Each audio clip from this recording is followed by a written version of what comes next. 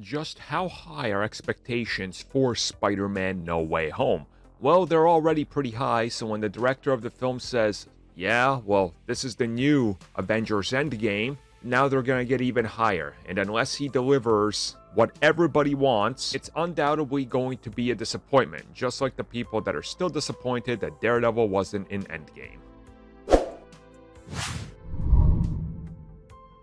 In a recent brand new interview with Empire magazine, the director of Spider-Man No Way Home, Jon Watts, was asked to talk a little bit about everything he's done so far, of course reflecting on how far Spider-Man has come, seeing Spider-Man in other films such as the Avengers, and what can he say about Spider-Man No Way Home. One aspect of the interview that they highlight is the fact that he is saying that in one way or another, this thing is on the level of Endgame, and he's calling it Spider-Man Endgame because he believes that it's so ambitious, so big, and what it does, that this is the Spider-Man film that's equivalent to Avengers Endgame.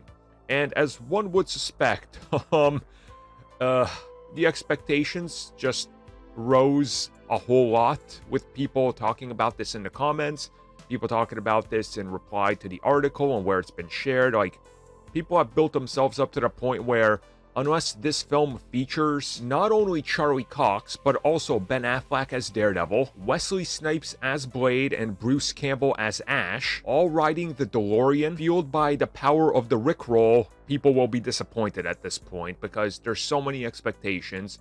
And Part in Kind is, well, it's actually not their fault. I mean, this is the first time anybody said it's this big directly, but, you know, the Scoopers, because Scoopers have reported that this film will feature pretty much everything you can imagine and more, and it's gone to the point where now everybody wants and expects everything that's ever been rumored, reported, or inside sources have said, and if it doesn't happen, they're going to walk away disappointed. And, you know, this happened with Infinity War, it happened with Endgame.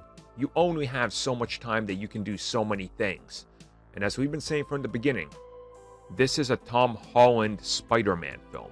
It is not a film about Andrew Garfield or Tobey Maguire or the villains themselves. It's about the identity, the reveal, and the multiverse being cracked open to bring everything together and fix a problem. At its center is Tom Holland's Spider-Man. They're not going to take time away to drop us into all these multiverses and give us gratuitous cameos and, you know, whatever else. So expectations are high, rightfully so. But you have to temper expectations. Saying it's the Spider-Man Endgame doesn't mean, oh, we're going to do everything you've ever heard of. It means we're going to include what makes sense for the story and the size and scope. Again, there's still people that were disappointed with Endgame because Ghost Rider didn't show up. How does that even make sense?